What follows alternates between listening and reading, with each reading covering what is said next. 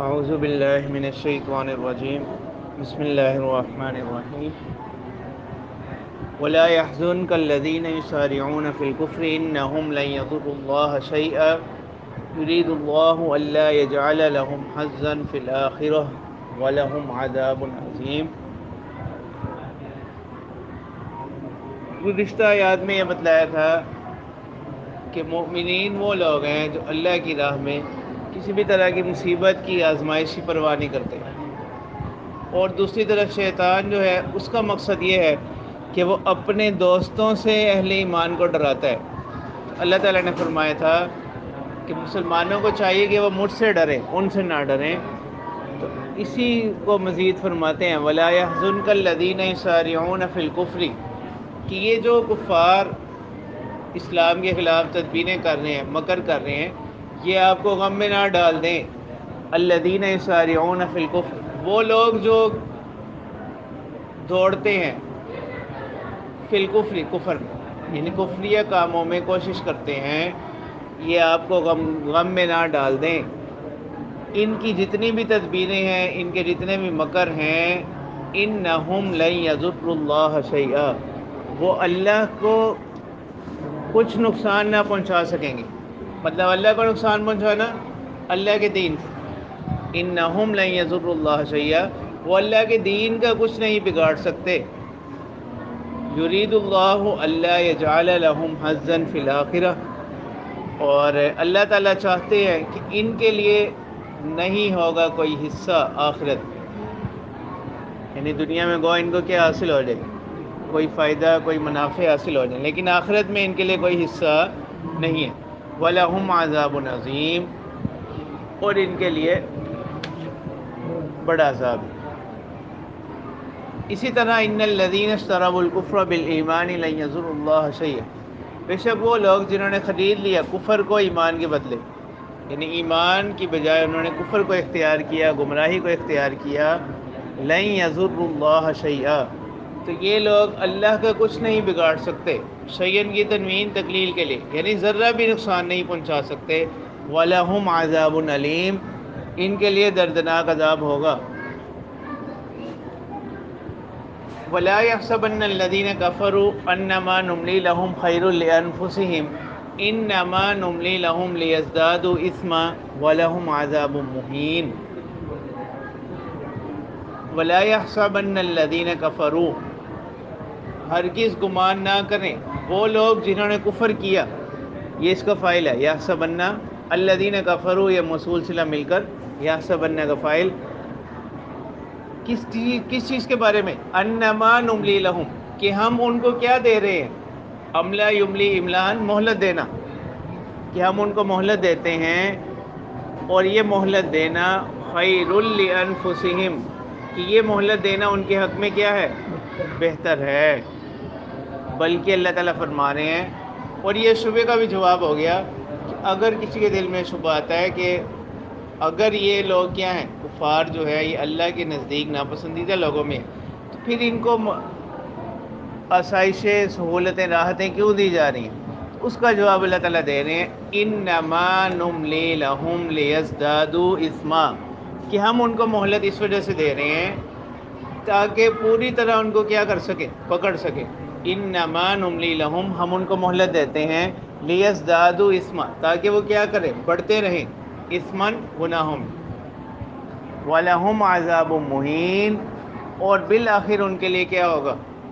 خواری والا، ذلت والا عذاب ہوگا، اہانت والا، ذلت والا۔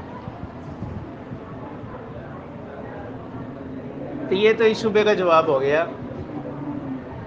اور دوسری طرف دوسرا شبہ یہیں سے یہ سامنے پیدا ہوتا ہے کہ اہل ایمان اللہ تعالیٰ کے پسندیدہ لوگ ہیں، تو پھر ان پر آزمائشیں کیوں آتی ہیں؟ اس کا جواب اس آیت میں دیا جا رہا ہے، ما کان اللہ لیذر المؤمنین علی ما انتم علیہ، اللہ تعالیٰ ایسے نہیں ہے لیذر المؤمنین، کہ وہ چھوڑ دیں اہل ایمان کو علی ما انتم علیہ، اس پر جس پر تم ہو، یعنی اس حالت پر اہل ایمان کو چھوڑ دیں جس پر تم اب ہو، حتی یمیز الخبیث من الطیب، مگر اس کی حکمت کیا ہوتی ہے؟ یہاں تک کہ اللہ تعالیٰ کیا کر دیں؟ جدا کر دیں الخبیث برے کو من الطیب پاکیزہ سے، یعنی ناپاک کو پاکیزہ سے کیا کر دیں؟ جدا کر دیں۔ یہ اس کی بڑی حکمت ہے کہ اہل ایمان پر جو مصائب آتے ہیں اس کی ایک بڑی حکمت کیا ہے؟ تاکہ مخلص اور غیر مخلص میں کیا ہو جائے؟ فرق ہو جائے، مومن اور منافق میں کیا ہو جائے؟ فرق ہو جائے، جیسے بھی آگے آئے گا وما كان الله ليطلعكم على الغيب ولكن الله يجتبي من رسله من يشاء۔ اب یہاں سے اللہ تعالیٰ بتلا رہے ہیں کہ یہ جو علم باری تعالیٰ ہے، ہر کوئی اس کی حکمت کو، اللہ تعالیٰ کے کاموں کی حکمت کو نہیں جان سکتا، اور نہ ہی ہر کوئی اللہ تعالیٰ کی حکمتوں پر کیا ہو سکتا ہے؟ مطلع ہو سکتا ہے، یعنی اللہ تعالیٰ کی حکمتوں کا کسی کو علم ہو سکتا ہے۔ اللہ تعالیٰ اس کے لیے اپنے خاص بندوں میں سے لوگوں کا کیا کرتے ہیں؟ انتخاب کرتے ہیں۔ وما كان الله ليطلعكم على الغیب، اور اللہ تعالیٰ نہیں ہے کہ وہ تمہیں بتلائیں، تمہیں خبر دیں علی الغیب، غیب پر، ولکن اللہ یجتبی من رسلہ من یشاء، بلکہ اللہ تعالیٰ کیا کرتے ہیں؟ اجتبا یجتبی، اجتبا چن لیتے ہیں، منتخب کر لیتے ہیں، من رسلہ اپنے رسولوں میں سے، من یشاء جس کو چاہتے ہیں۔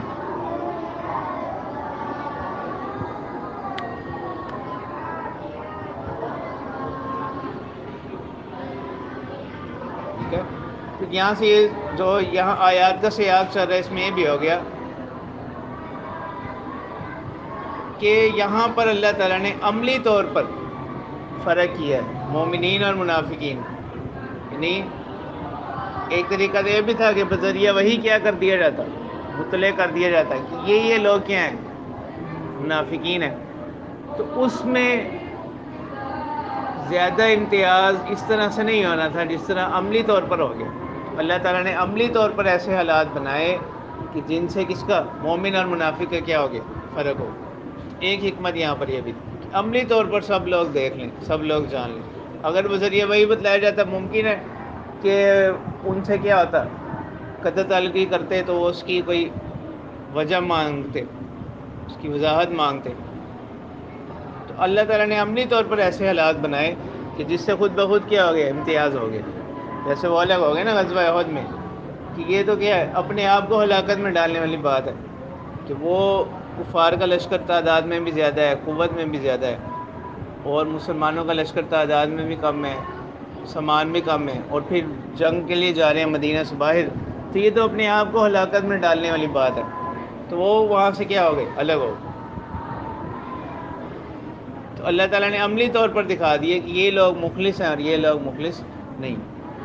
فآمنوا باللہ ورسلہ، تو لہٰذا ایمان لاؤ اللہ پر اور اس کے رسولوں پر، وَإِن تُؤْمِنُوا وَتَتَّقُوا فَلَكُمْ أَجْرٌ عَظِيمٌ، اور اگر تم کیا کرو گے؟ ایمان لاؤ گے اور ڈرو گے تو تمہارے لیے بڑا اجر ہے۔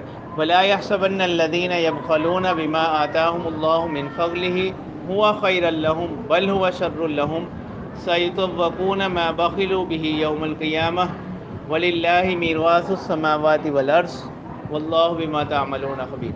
تو گزشتہ آیت میں بنیادی جو چیز ہے، جس چیز پر بنیاد ہے، مدار ہے اعمال کی قبولیت کا، اس کو بیان کیا تھا، وہ ایمان۔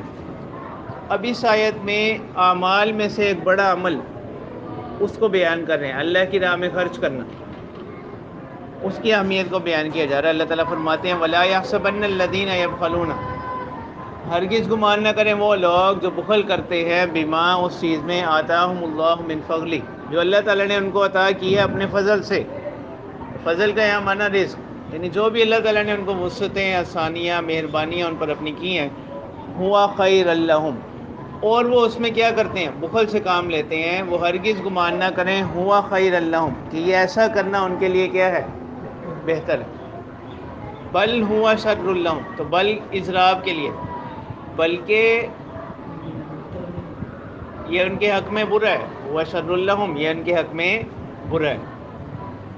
اچھا، بخل کہتے ہیں کہ جتنا خرچ کرنا جہاں پر ضروری ہو اس سے بھی کیا کرنا؟ اس سے کم خرچ، وہاں بھی خرچ نہ کرنا، جہاں پر خرچ کرنا ضروری ہے وہاں پر بھی کیا نہ کرنا، خرچ نہ کرنا۔ جن حقوق کی ادائیگی ہے یا اور کوئی حقوق ہیں ان کے حق میں کیا کرنا، کمی کرنا یا اس کو ادا ہی نہ کرنا۔ اور اسی کے ساتھ ایک اور لفظ ہوتا ہے شح۔ شح ان کا معنی ایک تو یہی بات اس میں ہوتی ہے کہ جہاں خرچ کرنا ہے اس میں بھی کمی کی جائے، اس میں بخل سے کام لیا جائے، جو واجبات ہیں وہ بھی ادا نہ کیے جائیں۔ اور شحن یہ تو بخل میں ہو گیا، اس میں دونوں مشترک ہیں۔ شحن میں اتنا اضافہ اور بھی ہے کہ اس کے ساتھ ساتھ مزید بنانے کی ہرس بھی لگی رہی ہے۔ اس لیے حدیث مبارکہ میں آتا نا کہ یہ دو صفات جمع نہیں ہو سکتی ایک ہی دل میں، ایمان اور شحن، ٹھیک ہے، ایمان اور ہرس، لالچ، یہ ایک دل میں کیا نہیں ہو سکتے، جمع نہیں ہو سکتے۔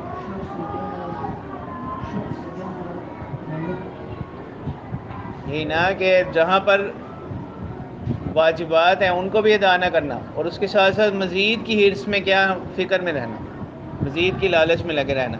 تو اللہ تعالیٰ فرما رہے ہیں ایسے لوگوں کا انجام کیا ہوگا، سَيُطَوَّقُونَ مَا بَخِلُوا بِهِ يَوْمَ الْقِيَامَةِ، سَيُطَوَّقُونَ، ان قریب ان کو طوق پہنائی جائیں گی، ان کے گلوں میں ہار پہنائی جائے گی، ماں وہ چیز بخلوا بِهِ جس کو انہوں نے کیا تھا، بخل کیا تھا، یعنی وہ مال، اس مال کو اللہ تعالیٰ کیا بنا دیں گے، رسی کی شکل میں بنا کر اس کو طوق پہنایا جائے گا اس کے گلے میں، یوم القیامہ، قیامت کے دن۔ جیسے حدیث مبارکہ میں بھی آتا ہے نا کہ انسان کا وہ مال جس کے حقوق کی ادائیگی نہیں کی گئی وہ ایک سام کی شکل میں بنا دیا جائے گا، اور وہ اس کے جبڑوں کو کیا کر لے گا، جکڑ لے گا، اور وہ اس سے کہے گا کہ میں کیا ہوں، تیرا مال ہوں، تیرا خزانہ ہوں۔ وَلِلَّهِ مِيرَاثُ السَّمَاوَاتِ وَالْأَرْضِ، اور اللہ ہی کے لیے ہے وراثت آسمانوں کی اور زمین، یعنی زمین و آسمان میں جو کچھ بھی ہے وہ اللہ ہی کا ہے۔ وَاللَّهُ بِمَا تَعْمَلُونَ خَبِيرٌ، اور جو کچھ تم عمل کرتے ہو اللہ تعالیٰ اس کو دیکھ رہے ہیں۔ لَقَدْ سَمِعَ اللَّهُ قَوْلَ الَّذِينَ قَالُوا إِنَّ اللَّهَ فَقِيرٌ وَنَحْنُ أَغْنِيَاءُ سَنَكْتُبُ مَا قَالُوا وَقَتْلَهُمُ الْأَنْبِيَاءَ بِغَيْرِ حَقٍّ وَنَقُولُ ذُوقُوا عَذَابَ الْحَرِيقِ۔ اب یہاں سے اہل کتاب کی ایک بڑی گستاخی کو بیان کیا جا رہا ہے، وہ یہ کہ جس وقت انفاق کا حکم دیا اللہ کے رسول صلی اللہ علیہ وسلم نے، انفاق کا حکم دیا تو بعض اہل کتاب نے یہ کہنا شروع کر دیا کہ اللہ تعالیٰ کو معاذ اللہ کیا ضرورت پیش آئی کہ اللہ تعالیٰ اپنے بندوں سے کیا کر رہے ہیں، مطالبہ کر رہے ہیں۔ حالانکہ وہ جو آیت ہے من ذا الذی یقرض اللہ، اس کو قرض سے بھی اللہ تعالیٰ نے جو تعبیر کیا یہ کس کے حق میں ہے، بندوں کے حق میں، بندوں کے حق میں ہے، ٹھیک ہے، کہ اللہ کی راہ میں خرچ کرنا، اس کا فائدہ حقیقت میں کس کو ہوتا ہے، خرچ کرنے والے کو ہی ہے۔ اور اس کو جو اللہ تعالیٰ نے اپنے حق میں قرض سے تعبیر کیا تو اس میں اشارہ اسی طرف ہے کہ اللہ تعالیٰ اپنی مہربانی سے، اپنی رحمت سے اس خرچ کا کیا کرتے ہیں، بدلہ عطا کرتے ہیں، اس خرچ کا اللہ تعالیٰ بدلہ عطا کرتے ہیں۔ تو یہ اللہ پر کوئی لازم نہیں، یعنی بندے کے خرچ کرنے سے اللہ کو کوئی اس کی حاجت نہیں ہے، کوئی ضرورت نہیں ہے، ٹھیک ہے، لیکن پھر بھی اللہ تعالیٰ نے اس کو قرض سے تعبیر کیا کہ جو اللہ کی راہ میں خرچ کر رہا ہے وہ گویا اللہ کو کیا کر رہا ہے، قرض دے رہا ہے۔ تو یہ بندوں پر ایک احسان ہے۔ تو یہود کو جب یہ حکم پہنچا تو انہوں نے کہنا شروع کر دیا کہ معاذ اللہ، اللہ تعالیٰ کیا ہو گئے، محتاج ہو گئے، اور ہم لوگ کیا ہیں، اغنیاء ہیں، مالدار ہیں۔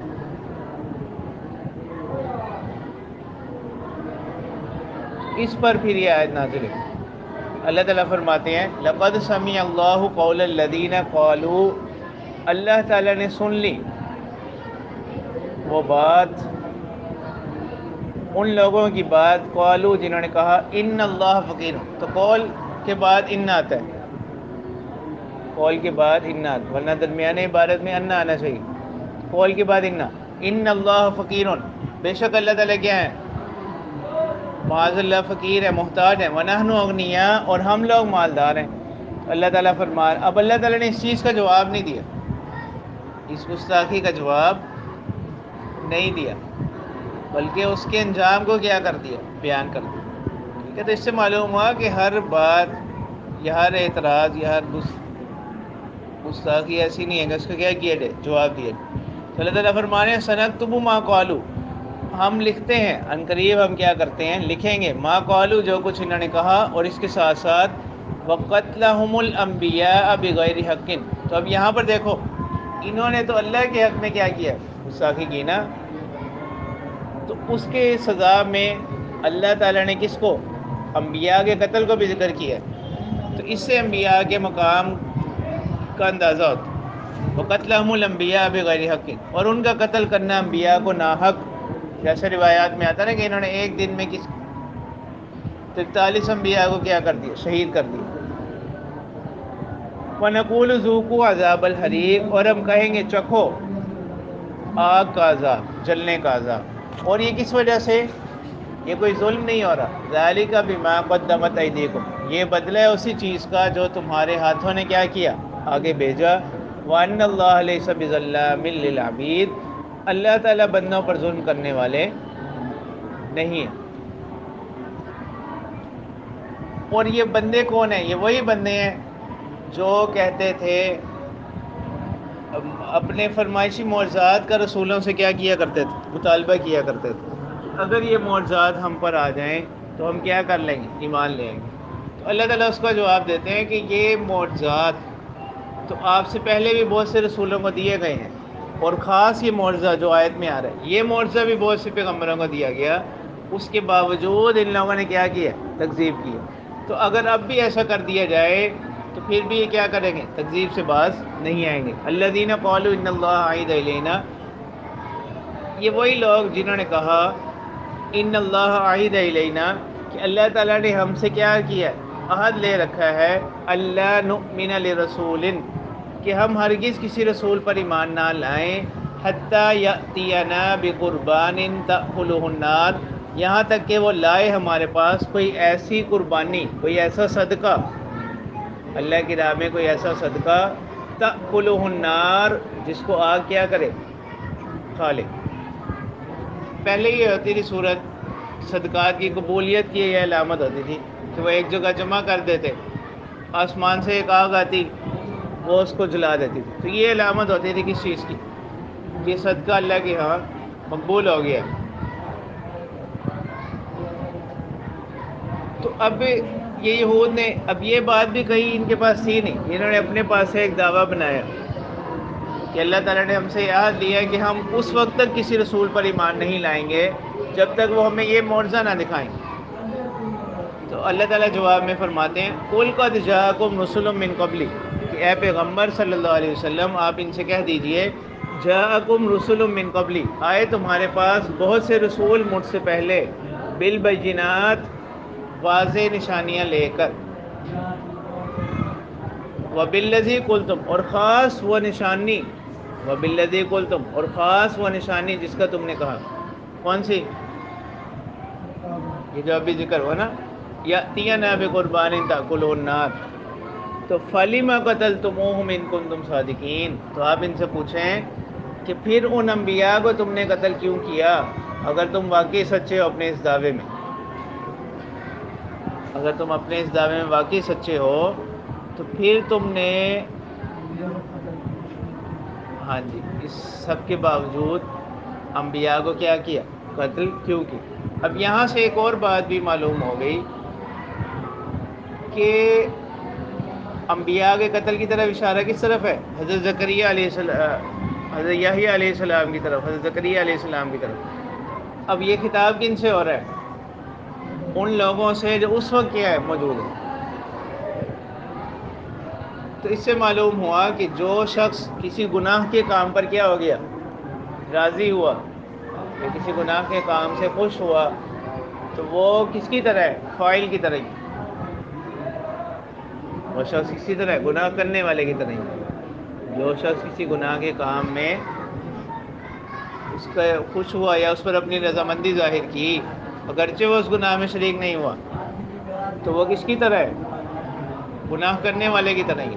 تو اس آیت سے یہ چیز معلوم ہوتی ہے، فَلِمَ قَتَلْتُمُوهُمْ إِن كُنتُمْ صَادِقِينَ۔ ابھی کنہیں کہا جا رہا ہے، ان اہل کتاب کو کہا جا رہا ہے جو آپ صلی اللہ علیہ وسلم کے زمانہ میں کیا ہیں، موجود ہیں، حالانکہ انہوں نے تو قتل نہیں کیا، لیکن چونکہ عملاً ہی اس قتل پر کیا ہے رضامندی کا اظہار انہوں نے کیا، تو اس وجہ سے ان کو یہ خطاب کیا جا رہا ہے۔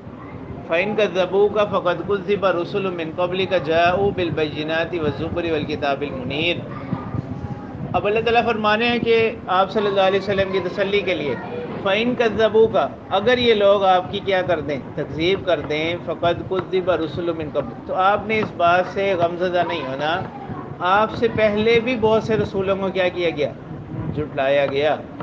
اب یہ دیکھو، فقط کذب رسل من قبل، آپ سے پہلے بھی بہت سے رسولوں کو کیا کیا گیا، جھٹلایا گیا۔ اب یہاں یہ نہیں اللہ تعالیٰ نے فرمایا کہ آئندہ بھی کیا جائے گا، آگے بھی کوئی رسول آئیں گے ان کو بھی جھٹلایا جائے گا۔ تو من قبلی کا صرف اس لفظ سے اشارہ ہے کس کی طرف، آپ صلی اللہ علیہ وسلم کی خاتمیت کی طرف، کہ نبوت آپ صلی اللہ علیہ وسلم پر آ کر کیا ہو گئی، منقطع ہو گئی، نبوت کا سلسلہ مکمل ہو گیا۔ جاءوا بالبینات والزبر والکتاب المنیر، کہ وہ رسول ایسے تھے جو لائے واضح نشانیاں، والزبر صحیفے، والکتاب المنیر اور روشن کتاب، صحیفے یعنی چھوٹے مضامین، زبر، اور والکتاب المنیر اور روشن کتاب۔ کل نفس ذائقۃ الموت، اب عام طور پر ان سارے کاموں کی وجہ کیا ہے کہ انسان کے دل میں مادی اسباب کی، ان چیزوں کی، مادیت کی محبت اس درجہ راسخ ہو جاتی ہے، اس درجہ بیٹھ جاتی ہے کہ وہ اسی کو کیا سمجھ لیتا ہے، مقصود سمجھ لیتا ہے۔ تو اللہ تعالیٰ فرما رہے ہیں کہ جتنی بھی نعمتیں یا آسائشیں ملی ہوئی ہیں یہ سب کیا ہیں، عارضی ہیں۔ کیوں؟ کل نفس ذائقۃ الموت، ہر نفس یعنی ہر سانس لینے والا جو ہے وہ چکھنے والا ہے کس کو، موت کو۔ وَإِنَّمَا تُوَفَّوْنَ أُجُورَكُمْ يَوْمَ الْقِيَامَةِ، اور تم کو بدلے دیے جائیں گے تمہارے پورے یوم القیامت، قیامت کے دن۔ فَمَنْ زُحْزِحَ عَنِ النَّارِ وَأُدْخِلَ الْجَنَّةَ فَقَدْ فَازَ، تو اصل کامیاب وہ شخص نہیں ہے جس کے پاس یہاں اسباب زیادہ ہوں گے، اصل کامیاب وہ شخص ہے فَمَنْ زُحْزِحَ عَنِ النَّارِ، جو دور کر دیا گیا، ہٹا دیا گیا آگ سے، دوزخ سے کیا کر دیا گیا، دور کر دیا گیا، وَأُدْخِلَ الْجَنَّةَ، اور داخل کیا گیا جنت میں، فَقَدْ فَازَ، تو وہ کیا ہوا، کامیاب ہوا۔ وَمَا الْحَيَاةُ الدُّنْيَا إِلَّا مَتَاعُ الْغُرُورِ، اور دنیا کی زندگانی، دنیا کا ساز و سامان یہ نہیں ہے مگر دھوکے کی سامان۔ دنیا کی زندگی یہ کس کی طرح ہے، متاع الغرور، دھوکے کا سامان۔